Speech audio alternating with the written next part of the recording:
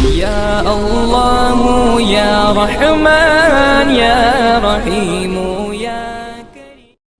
الحمد لله رب العالمين والصلاة والسلام على سيد المرسلين محمد وعلى آله وأصحابه أجمعين، أما بعد. أعوذ بالله من الشيطان الرجيم، بسم الله الرحمن الرحيم. إنما المؤمنون إخوة فأصلحوا بين أخويكم واتقوا الله لعلكم ترحمون. وقال الله تعالى: سبحان الذي أسرى بعبده ليلا من المسجد الحرام إلى المسجد الأقصى الذي باركنا حوله لنريه من آياتنا إنه هو السميع البصير. صدق الله العظيم. محترم بزرگان دین اور عزیز ساتھیوں، پچھلے 2 جمعوں سے فلسطین اور اہل فلسطین کے عنوان سے گفتگو چل رہی ہے، اور مسلسل گفتگو چلنے کی وجوہات آپ سبھی حضرات کے سامنے ہیں، کیونکہ قضیہ فلسطین صرف فلسطین کے لوگوں کا مسئلہ نہیں ہے، بلکہ ساری دنیا میں بسنے والے لوگوں کا مسئلہ ہے، ساری دنیا میں رہنے والے اہل اسلام کا قضیہ ہے اور اہل اسلام کا مسئلہ ہے، کیونکہ اہل فلسطین جس مقصد کے لیے دشمن سے ٹکرائے ہوئے ہیں اور اپنی جانوں کا نذرانہ پیش کر رہے ہیں، اپنی عورتوں کی اور اپنے بچوں کی قربانی پیش کر رہے ہیں، وہ صرف اپنے مقصد کے لیے نہیں، بلکہ دنیا کے تمام مسلمانوں کے لیے، تمام مسلمانوں کی طرف سے وہ اپنا فریضہ ادا کر رہے ہیں۔ جب تھوڑے سے مسلمان، مٹھی بھر مسلمان، چند مسلمان ساری دنیا کے مسلمانوں کی طرف سے دشمن کے مقابلے میں سینہ سپر ہو کر کھڑے ہوئے ہیں، تو ایسی صورت میں دنیا کے مسلمانوں کی کیا ذمہ داری بنتی ہے؟ چونکہ مسئلہ فلسطین ساری دنیا کے اہل اسلام کا مسئلہ ہے، تو ساری دنیا میں رہنے والے مسلمانوں کی ذمہ داری کیا ہے؟ بھئی جس طرح سے اہل فلسطین کے لیے وہ مقام بیت المقدس، مسجد اقصی قابل احترام ہے، ایسے ہی دنیا بھر کے مسلمانوں کے لیے قابل احترام ہے۔ جس طرح سے اہل فلسطین کے لیے وہ قبلہ اول ہے، ساری دنیا کے مسلمانوں کے لیے قبلہ اول ہے۔ جس طرح سے وہ مقام اہل فلسطین کے لیے بابرکت ہے، ساری دنیا کے مسلمانوں کے لیے بابرکت ہے۔ جس طرح سے وہ سرزمین اہل فلسطین کے لیے انبیاء علیہ السلام کی زمین ہے، ساری دنیا کے اندر بسنے والے لوگوں کے لیے انبیاء علیہ السلام کی سرزمین ہے۔ غرض کے جو تعلق فلسطین کے لوگوں کا اس جگہ سے ہے، ویسا ہی تعلق دنیا میں بسنے والے ہر مسلمان کا اس زمین سے ہے۔ لہٰذا ہر دنیا میں رہنے والے مسلمان کی یہ ذمہ داری ہے کہ جس طرح سے وہ اپنے طور سے اس زمین کو آزاد کرانے کے لیے اور اللہ تبارک و تعالیٰ کے مقدس گھر کو بچانے کے لیے اپنے جان اور مال کی قربانیاں پیش کر رہے ہیں، اسی طرح سے دنیا میں بسنے والا ہر مسلمان اپنے طور پر ان مجاہدین کی، ان بیت المقدس کے محافظین کی حفاظت کے لیے اور ان کو طاقت اور قوت پہنچانے کے لیے اپنے طور سے بھرپور کوشش کرے۔ بھئی جو شخص اللہ تبارک و تعالیٰ کے راستے میں دشمنوں کے مقابلے میں کھڑا ہو اور جہاد کر رہا ہو، اس کے لیے تو اللہ تبارک و تعالیٰ نے اجر رکھا جو رکھا،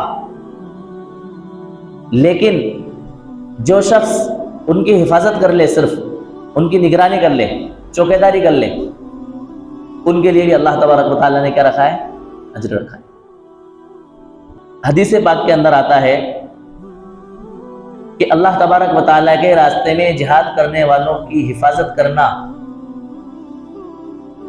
روزے مہینے بھر کے روزے رکھنے سے زیادہ افضل ہے، اور رات میں اللہ تبارک و تعالیٰ کے سامنے کھڑے ہونا، قیام کرنا، یعنی کہ تہجد کی نماز پڑھنے سے افضل ہے۔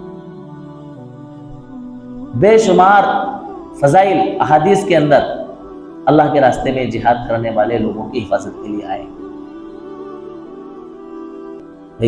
آج جو حالات فلسطین کے ہم لوگوں کے سامنے ہیں ان کو بیان نہیں کیا جا سکتا۔ ساری زمین لہو لہان ہو چکی ہے، ان کے گھر اجڑ چکے، بستیاں کھنڈرات میں تبدیل ہو چکی، بچے یتیم ہو چکے، عورتیں بیوہ ہو چکی، ایک والد کے سامنے اس کے 4 بچے شہید ہو رہے ہیں، چھوٹے چھوٹے بچوں کے سامنے اس کا والد شہید ہو رہا ہے، عورتوں کے سامنے ان کا نئی نویلا دولہا اور شوہر ان کے سامنے شہید ہو رہا ہے، چھوٹے چھوٹے معصوم بچے شہید ہو رہے ہیں، گھروں کے گھر اجڑ رہے ہیں، بستیاں ویران ہو رہی ہیں، اور دنیا کے تمام درندوں کی درندگی ایک طرف اور اسرائیل کے درندوں کی درندگی ایک طرف۔ ان کو کسی طرح کا کوئی ترس اور کوئی رحم آ ہی نہیں رہا، بلکہ وہ اپنے لیے اس طرح کے ظلم و بربریت کرنے کو کار ثواب اور نیک کام سمجھ رہے ہیں۔ دنیا کی ذلیل ترین قوم، بدترین قوم، بے حس قوم، یعنی کہ جس کے اندر جتنی قباحتیں اور برائیاں بیک وقت ہو سکتی ہیں، وہ اگر کوئی قوم ہے تو وہ یہی درندہ قوم اسرائیلی قوم۔ بلکہ اگر یہ کہا جائے کہ جتنی بھی رذائل خبیثہ ہوتی ہیں، جتنی خبیث عادتیں ہوتی ہیں، جتنی رذیل عادتیں ہوتی ہیں، وہ تمام کی تمام اس قوم کے ہر فرد کے اندر سرایت کی ہیں۔ حرص میں 1 نمبر آگے، زنا خوری میں 1 نمبر آگے، عیاری مکاری میں 1 نمبر آگے، فحاشی میں 1 نمبر آگے، دھوکہ دھڑی میں 1 نمبر آگے، لوگوں کا خون بہانے میں 1 نمبر آگے، مسلمانوں کو اپنا دشمن سمجھنے میں 1 نمبر آگے، مسلمانوں سے اپنی دشمنی نبھانے میں 1 نمبر آگے، اور دنیا کے اندر حکومت کے لالچ میں 1 نمبر آگے، اور فلسطین کو نیست و نابود کرنے میں 1 نمبر آگے۔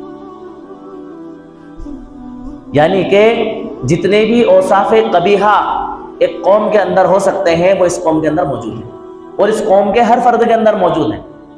اسی لیے یہ قوم دنیا کے اندر جہاں کہیں رہی ہے، جہاں کہیں اس کی ذلت اور رسوائی کا ایک سبب انبیاء علیہ السلام کو قتل کرنا ہے، وہیں اس کی ذلت اور رسوائی کا ایک سبب اس کے اندر ان تمام تر برائیوں کا ہونا بھی ہے۔ دنیا میں جہاں کہیں ہوتے ہیں ذلیل و خوار ہوتے ہیں، نفرت کی نگاہ سے دیکھے جاتے ہیں، دشمنی کی نگاہ سے دیکھے جاتے ہیں، کوئی اس قوم کو پسند نہیں کرتا، کوئی اس قوم سے محبت نہیں کرتا، کوئی اس قوم کو اچھا نہیں سمجھتا۔ صرف 99 سال اس قوم نے پوری تاریخ میں جب سے دنیا بنی ہے اس مقام پر صرف 99 سال اس قوم نے حکومت کی ہے۔ اس کے علاوہ آپ تاریخ اٹھا کر کے دیکھ لیں، کبھی اس قوم نے اس جگہ پر حکومت نہیں کی، اور جس وقت انہوں نے حکومت کی تھی، ان کی حکومت ختم ہوئی ہے، اس وقت کو 1800 سال ہو چکے ہیں۔ کتنے سال؟ اس 1800 سال کے اندر ایک لمحے کے لیے بھی ان کی حکومت قائم نہیں ہوئی وہاں پر، لیکن اس کے باوجود یہ کہتے ہیں کہ بھائی یہاں پر حکومت کرنے کے ہم زیادہ حقدار ہیں، اور یہ زمین ہماری آبائی زمین ہے، لہٰذا یہاں پر ہم حکومت کریں گے، یہاں کے باشندوں پر ہم حاکم بنیں گے۔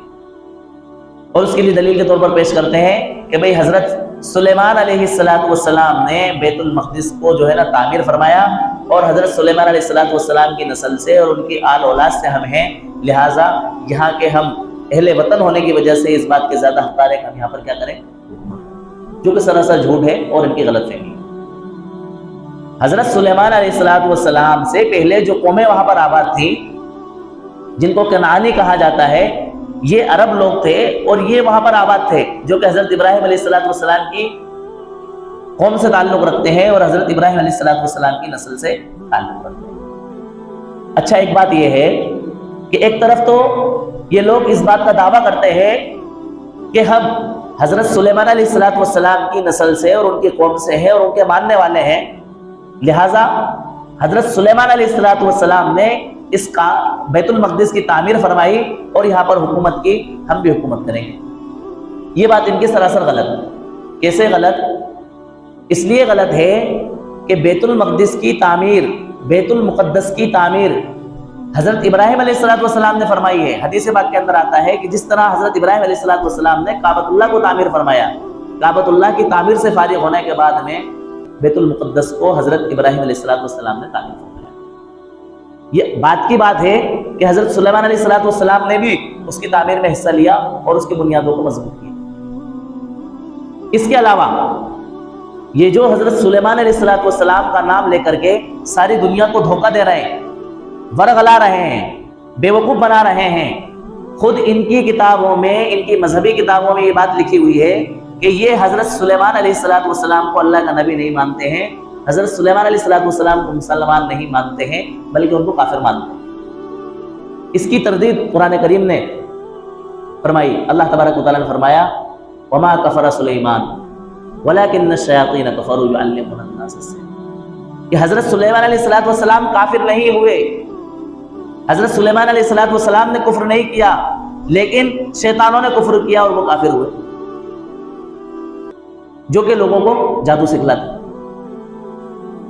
تو یہ ان کا حضرت سلیمان علیہ السلام کی طرف کفر منسوب کرنا، یہ اس بات کی دلیل ہے کہ یہ حضرت سلیمان علیہ السلام کو ماننے والے لوگ نہیں ہیں۔ یہ ان کی مکاری، عیاری اور غداری کی سب سے بڑی دلیل ہے۔ اس کی تردید خود قرآن کریم نے کر دی اس آیت کی روشنی میں جو میں نے آپ کے سامنے بیان کی۔ اس قوم کی رسوائی، اس کی ذلت، اس کی پسپائی کا یہ عالم ہے کہ ساری دنیا کے اندر در بدر یہ قوم بھٹکتی رہی،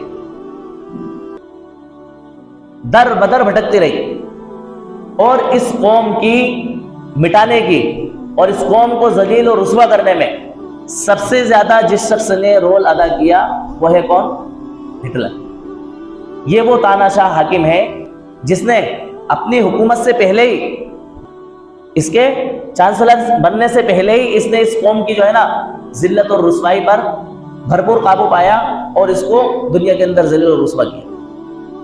ایک مرتبہ اس کے ایک دوست نے پوچھ لیا کہ بھیا آپ یہودیوں سے اتنا زیادہ کیوں جلتے ہو، ان یہودیوں سے اتنا کیوں چھوڑتے ہو، کیا بات ہے آخر؟ تو ہٹلر نے کہا کہ ایک دن تم میرے ساتھ چلنا، میں آپ کو سمجھاؤں گا اور بتاؤں گا کہ میں ان یہودیوں سے اتنا کیوں چڑھتا ہوں اور اتنا کیوں جلتا ہوں اور ان کے ختم کرنے کی اتنی کوشش کیوں کرتا ہوں۔ چنانچہ ہٹلر نے ایک دن کسانوں کے لباس میں سادہ سا لباس پہن کے عام آدمی بن کے اپنے دوستوں کے ساتھ ایک بازار میں گیا، اور جانے کے بعد ایک ایسی دکان میں داخل ہوا جو دکان کس کی تھی؟ یہودی کی تھی، اور اس یہودی سے کہا کہ بھائی ایک کپ دکھائیے چائے کا۔ وہ یہودی آیا اور اس نے ایک کپ لا کر کے میز پر رکھ دیا، کاؤنٹر پہ رکھ دیا۔ جب کاؤنٹر پہ رکھا تو ہٹلر نے اس کپ کی بے انتہا تعریف کی، بڑا شاندار کپ ہے، بڑا خوبصورت کپ ہے، بہت ہی باریک کپ ہے، یعنی جتنی تعریفیں ہو سکتی تھی وہ ساری تعریفیں ہٹلر نے اس کپ کی۔ اس کی قیمت پوچھی، قیمت بھی مناسب تھی، واجب قیمت تھی، بالکل لینے کا پلان بنایا۔ اتفاق کی بات کہ جس وقت یہودی نے وہ کپ رکھا تو کپ پکڑنے کی جو گھنڈی ہوتی ہے جس کو ہم ڈنڈی کہتے ہیں، وہ گھنڈی ہٹلر کے بائیں ہاتھ کی طرف تھی، یعنی الٹے ہاتھ کی طرف۔ ہٹلر نے آخر میں یہودی سے کہا کہ بھائی اس کپ کے پکڑنے کا جو ہینڈل ہے وہ الٹے ہاتھ کی طرف ہے، اور ہمارے مذہب میں الٹے ہاتھ سے کھانے پینے سے منع کیا گیا ہے، لہٰذا میں اس کپ کو نہیں خرید سکتا۔ یہودی نے کہا کہ ٹھیک ہے، سیدھے ہاتھ سے پکڑنے والا کپ میں آپ کو لا کر کے دے دیتا ہوں۔ یہودی اندر گیا اور اندر سے ایک کپ لایا، اور اس کو اس نے اس انداز میں رکھا ٹیبل کے اوپر کہ وہ گھنڈی، وہ ہینڈل جس کو پکڑا جاتا ہے کپ کے اندر، وہ ہٹلر کے سیدھے ہاتھ کی طرف ہو گیا۔ ہٹلر نے اس کپ کی دگنی تعریف کی، جتنی پہلے والے کپ کی تھی نا، اس سے کئی گنا تعریف اس کپ کی جس کو اس نے ٹیبل پر لا کر کے رکھا۔ قیمت پوچھی تو اس کی قیمت یہودی نے دگنی بتائی۔ پہلے کپ کی جو قیمت تھی اس سے ڈبل قیمت اس کپ کی بتلائی. جب ڈبل قیمت بتلائی تو ہٹلر نے اس کپ کو لینے سے انکار کر دیا کہ اس کی قیمت کیا ہے، بہت زیادہ ہے، میں اس کپ کو نہیں لوں گا. اس یہودی نے کافی منت و سماجت کی، اس کو کافی واپس سے لانے کی کوشش کی، کپ بیچنے کی کوشش کی، لیکن ہٹلر نے اس کپ کو لینے سے انکار کر دیا. دکان سے باہر آ کر کے اپنے دوستوں کو بتلایا کہ دیکھا اس یہودی کی مکاری عیاری اور اس کی چالاکی کو دیکھا تم نے، کتنا چالاک یہودی ہے یہ. ایک ہی کپ کو اس نے گھما کر کے رکھا تو اس کا ہینڈل اور اس کی گھنڈی بائیں ہاتھ کی طرف ہو گئی، اور دوسرے کپ کو اس نے گھما کر کے اس طور پر رکھا کہ اس کپ کی گھنڈی اور اس کا ہینڈل جو ہے سیدھے ہاتھ کی طرف ہو گیا. ایک ہی کپ کو دو طرف سے گھما کر کے ہمیں اس نے بھولا اور بیوقوف سمجھ کر کے الو بنانے کی کوشش کی، اور اسی کپ کو یہ ڈبل قیمت میں بیچنے کو ہمیں کیا ہو گیا. ہٹلر نے اس واقعے کے ذریعے کئی انگریزی کتابوں کے اندر یہ واقعہ درج ہے، یہ بتلانے کی کوشش کی ہے کہ یہ کتنی عیار، کتنی مکار، کتنی چالاک اور کتنی غدار قوم ہے کہ یہ اپنے مفاد کے لیے، اپنے مقصد کے لیے، اگر اس کو یہ پتہ چل جائے کہ کوئی بھولی بھالی قوم سامنے ہے یا بھولے بھالے لوگ، سادہ مزاج لوگ موجود ہیں، تو ان کو یہ بیوقوف بنانے میں کسر نہیں چھوڑتا، ان کو الو بنانے میں یہ کسر نہیں چھوڑتے. آج یہی تو حال ہو رہا ہے فلسطین کے ساتھ. اب دیکھیں اس ہٹلر نے ان یہودیوں کا قتل عام کیا، ختم کر دیا ان کو. ساری دنیا کے اندر ہٹلر کے خلاف احتجاج ہوا، مظاہرے ہوئے، دھرنا پردرشن ہوئے کہ بھائی یہ کیا بات ہے، ہٹلر تاناشاہ ہے، ایک قوم کا خاتمہ کر رہا ہے، ان کی نسل کشی کر رہا ہے، یہ ختم کیا جائے. ہٹلر کے خلاف آواز بلند کی گئی، بغاوت کا علم بلند کیا گیا کہ یہ نہیں ہونا چاہیے، ان کا قتل عام نہیں ہونا چاہیے. لیکن ہٹلر کے اوپر ساری دنیا کے مظاہروں کو کوئی فرق نہیں پڑا، وہ اپنے مشن کے اندر برابر جاری رہا. لیکن اس نے جان بوجھ کر کے 10% یہودیوں کو اس لیے چھوڑ دیا اور باقی رکھ دیا کہ جو لوگ ان کے قتل عام پر مجھے برا بھلا کہہ رہے ہیں اور غلط کہہ رہے ہیں، بعد میں آنے والے لوگوں کو پتا چلے کہ ہٹلر ان کا خاتمہ کیوں کرنا چاہتا تھا، ان کو ختم کرنا کیوں چاہتا تھا، اور ان کو 10% لوگوں کو اس لیے چھوڑا ہے تاکہ آنے والے لوگ اپنی آنکھوں سے یہ مظاہرہ دیکھ لیں کہ کتنے گندے، کتنے خبیث، کتنے ذلیل ترین اور کتنے حرام خور لوگ ہیں. کاش کہ ان کا خاتمہ ہٹلر نے کر دیا ہوتا تو ساری دنیا کو آج یہ خون کے آنسو نہ رونا پڑتے اور ساری دنیا کو یہ ظلم و ستم اپنی آنکھوں سے دیکھنا نہ پڑتا. آج ہمارے سامنے یہی ہو رہا ہے. اتنی بے وفا قوم ہے یہ کہ جو لوگ ان کو بساتے ہیں انہیں کو یہ اجاڑ دیتے ہیں، جو لوگ ان کو پلاتے ہیں انہیں کو یہ پیاسا مار دیتے ہیں، جو لوگ ان کو کھلاتے ہیں انہیں کو یہ بھوکا مار دیتے ہیں، جو لوگ ان کے گھروں کو آباد کرتے ہیں ان کے گھروں کو یہ اجاڑ دیتے ہیں، جو لوگ ان کو بساتے ہیں ان کے گھروں کو ویرانوں میں تبدیل کر دیتے ہیں. ساری دنیا میں بھاگے پھرے، کبھی ان کے جہاز اس ملک گئے، کبھی اس ملک گئے، کبھی وہاں گئے، کبھی یہاں گئے، در بدر بھٹکتے پھرے. کسی بھی ملک نے ان کو لیا نہیں بلکہ لینے سے کیا کر دیا، انکار کر دیا. فلسطین کی سرزمین پر ایک انسانیت کے ناطے حسن سلوک کے ساتھ ان کو رہنے کی جگہ دے دی گئی. چند ہی مہینوں کے بعد ان غداروں، مکاروں اور عیاروں نے، ان حرام خوروں نے فلسطین پر وہ ظلم و ستم ڈھائے کہ آج ہم اپنی آنکھوں سے دیکھ رہے ہیں. جن لوگوں نے ان کو کھانا کھلایا انہی کی نسلوں کو آج یہ بھوکا پیاسا مار رہا ہے. جن لوگوں نے ان کو پینے کے لیے پانی دیا انہیں کو یہ پیاسا مار رہا ہے. جن لوگوں نے ان کو رہنے کی زمین دی انہی کی زمینوں کو یہ اجاڑ رہا ہے. جنہوں نے ان کو گھر دیے انہی کے گھروں کو یہ برباد کر رہا ہے. جنہوں نے ان کی نسلوں کو آگے بڑھایا یہ انہی کی نسلوں کو کیا کر رہا ہے، تباہ و برباد کر رہا ہے. اتنی مکار، اتنی عیار، اتنی غدار قوم ہے یہ. ساری دنیا کے اندر ذلیل و خوار ہوئی ہے یہ. اس کے ذلیل و خوار ہونے کی دو وجہ بنی ہے. ایک وجہ تو نبیوں کو قتل کرنا. 99 سال جو اس قوم کی حکومت رہی ہے تو اس حکومت کے دوران اس نے بے شمار انبیاء علیہ السلام کا قتل کیا. انبیاء علیہ السلام جیسے برگزیدہ لوگوں کو اس قوم نے نہیں چھوڑا تو ہم انسانوں کو چھوڑیں گے، عام لوگوں کو چھوڑیں گے؟ جب نبیوں کا قتل عام ان لوگوں نے کیا تو انسانوں کو قتل عام نہیں کریں گے. اور یہ دنیا کی غلط فہمی ہے. دنیا سوچ رہی ہے اور جو لوگ ان کے آقا بنے ہوئے ہیں، جو ان کو اپنی نعمتوں سے اور اپنی دولتوں سے اور اپنے ہتھیاروں سے اور اپنی میزائل اور راکٹوں سے نواز رہے ہیں، وہ غلط فہمی میں ہیں. وہ یہ سمجھ رہے ہیں کہ ہم ان کا ساتھ دے رہے ہیں کیونکہ یہ مظلوم ہے اور فلسطین ان کے اوپر ظلم کر رہا ہے، وہ اپنی قبریں کھود رہے ہیں ان کا ساتھ دے کر کے. یہ صرف فلسطین ان کا ہدف نہیں ہے، صرف اسلام ان کا ہدف نہیں ہے.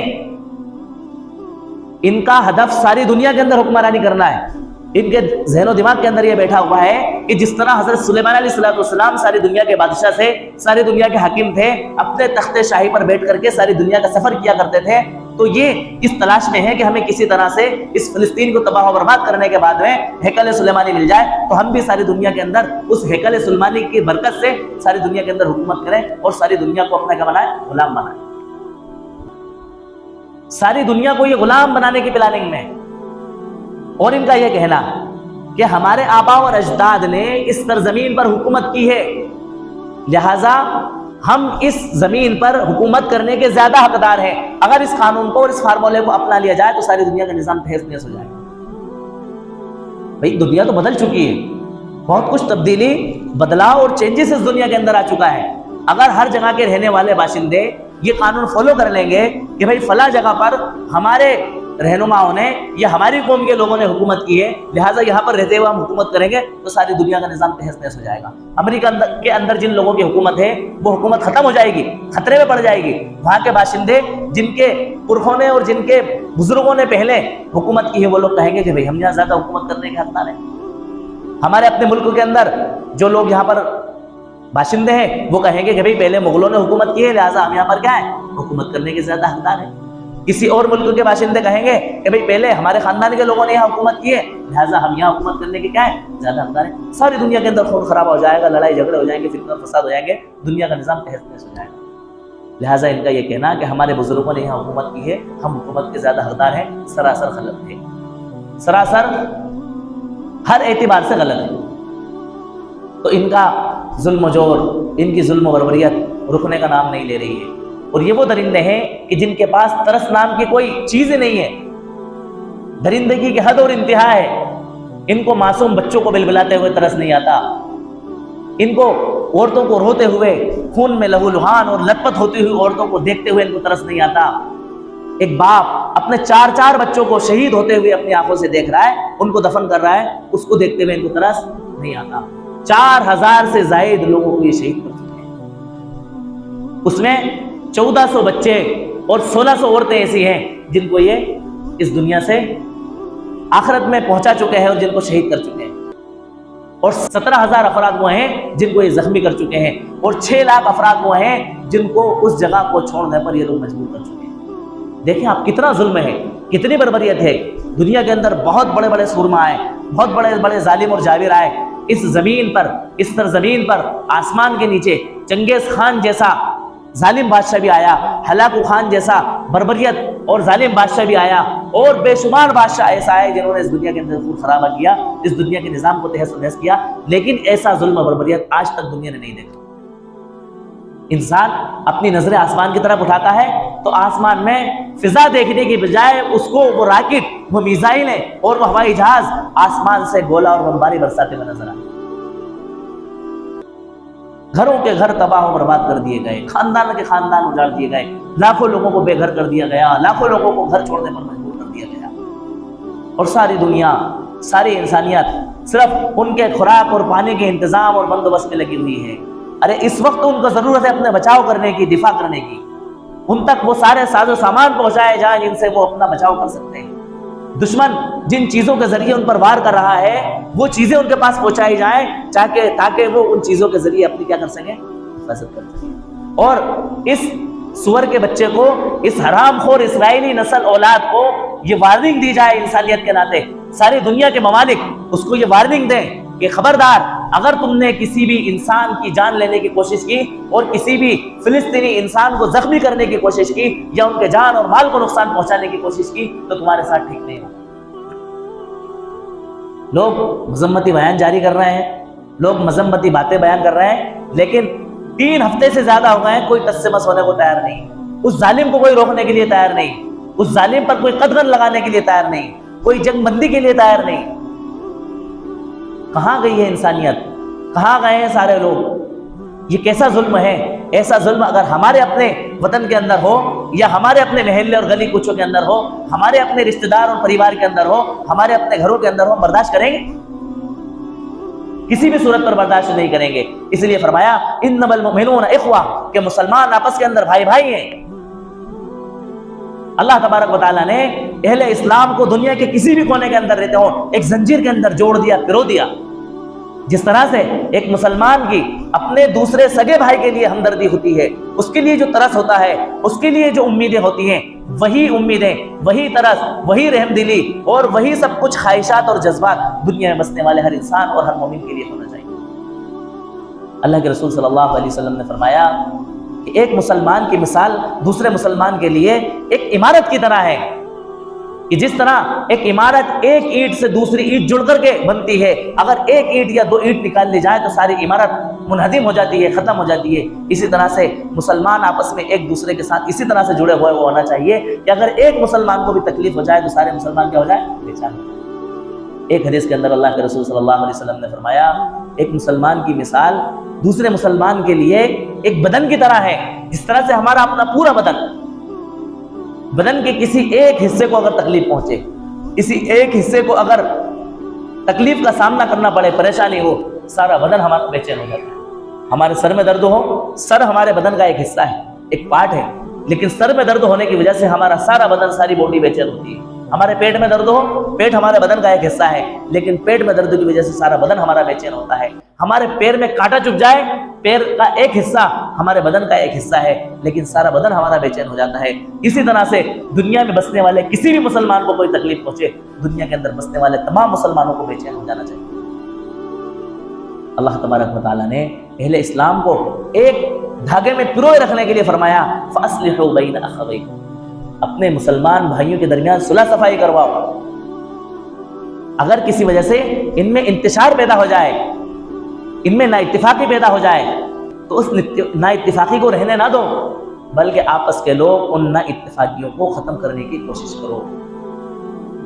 دیکھو آج دشمن نے، ہم نے اس آیت پر عمل نہیں کیا، لیکن دشمن نے اس کے اپوزٹ عمل کیا کہ مسلمانوں کو مل کر کے نہیں رہنے دینا ہے، مسلمانوں کو اتفاق کے ساتھ نہیں رہنا دینا ہے، مسلمانوں کو بھائی چارگی کے ساتھ نہیں رہنے دینا ہے، بلکہ ان کو ان کے خاندانوں میں، ان کی رشتہ داریوں میں، ان کے محلوں میں، گلی کوچوں میں ان کو آپس میں ایسا بھڑانا ہے، ایسا لڑانا ہے کہ ان کی طاقت تہس نہس ہو جائے اور یہ پارا پارا ہو جائے اور ان کی طاقت و قوت ختم ہو جائے۔ ان کو آپس میں کسی کی کوئی فکر نہ ہو، کون مر رہا ہے، کون کٹ رہا ہے، کون گل رہا ہے، کون سڑ رہا ہے، کس کے اوپر ظلم و بربریت ہو رہی ہے، کسی کو کوئی پڑھنے کی ضرورت نہ ہو، بلکہ لوگ اپنی روزی روٹی کے اندر اور اپنے روزگار کے اندر بے فکر اور غافل ہوں، وہ اپنے صرف اپنی تیری دیکھ رہے ہوں، کون کے ساتھ کیا ہو رہا ہے اس سے ان کو کوئی سروکار نہ ہو۔ آج یہی ہو رہا ہے۔ اب دیکھیں اتنا سب کچھ ہو جانے کے بعد وہ لوگ جن کے ہاتھوں میں حکومت ہے، وہ لوگ جن کے ہاتھوں میں طاقت ہے، وہ لوگ جو چاہیں سب کچھ کر سکتے ہیں، خاموش بیٹھے۔ 57 مسلم ممالک ہونے کے باوجود چند ایک لوگوں کو، چند لاکھ لوگوں کو سمجھا نہیں پا رہے ہیں، ان کو دھمکی نہیں دے پا رہے ہیں، ان کو خاموش نہیں کر پا رہے ہیں۔ بزدلی کی، کم ہمتی کی اور لاچارگی کی انتہا اور حد ہے۔ چلو ہمارے پاس تو کچھ نہیں، ہم بے بس ہیں، ہمارے پاس کچھ نہیں ہے سوائے دعاؤں کے، ہمارے پاس کچھ نہیں ہے سوائے غم اور ہمدردی دکھانے، لیکن جن لوگوں کے پاس سب کچھ ہے وہ کچھ نہیں کر پا رہے ہیں۔ مراکش سے لے کر کے انڈونیشیا تک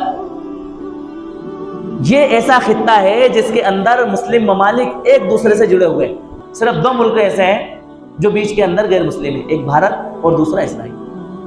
اس کے علاوہ دنیا کے اس کونے سے لے کر اس کونے تک بیچ میں کوئی ملک حائل نہیں ہے۔ ایسا ہے گویا کہ ایک دھاگے کے اندر اللہ تبارک و تعالیٰ نے ان کو پرو دیا، اور ایسا نہیں کہ کمزور ہیں، غریب ہیں۔ اللہ کی قسم، اللہ تبارک و تعالیٰ نے ان ممالک کے پاس بہتا ہوا سونا دیا ہے۔ دنیا کے سب سے زیادہ ترقی یافتہ ممالک ہیں۔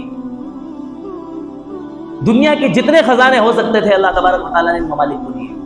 یہ چاہیں ساری دنیا کو اپنا غلام بنا سکتے ہیں، یہ چاہیں ساری دنیا کو بے یار و مددگار کر سکتے ہیں، یہ چاہے ساری دنیا کے نظام کو روک سکتے ہیں، ان کے ہاتھ میں ہے، لیکن ان کو ان کے بزنسوں سے فرصت نہیں ہے، ان کو ان کی ترقی سے فرصت نہیں ہے، ان کو ایک دوسرے سے بڑھ چڑھ کے اپنے آپ کو پیش کرنے سے فرصت نہیں ہے، ان کو ان کی پگڑی ٹوپی اور ان کے جبے قبے سیدھے کرنے سے فرصت نہیں۔ اتنے پاورفل ممالک ہے یہ، ساری دنیا کا نظام تہس نہس ہو جائے اگر یہ اپنی گیسوں کو روک لیں، اگر اپنے پیٹرولوں کو روک لیں، اگر اپنے ڈیزلوں کو روک لیں، اور جو کچھ میدانیات اور جو کچھ خزانے اور ذخائر ان کے پاس میں آ رہا ہے وہ اگر روک لیں تو یہ تباہ و برباد ہو جائے۔ وہ ممالک جنہوں نے کورونا کے ٹائم دوسرے ملکوں کو گیسیں سپلائی کی، وہ ممالک آج تک اپنی طرف سے کوئی ہمدردی اور کوئی خیر خواہی ان مظلوموں کے لیے نہیں دکھا پائے۔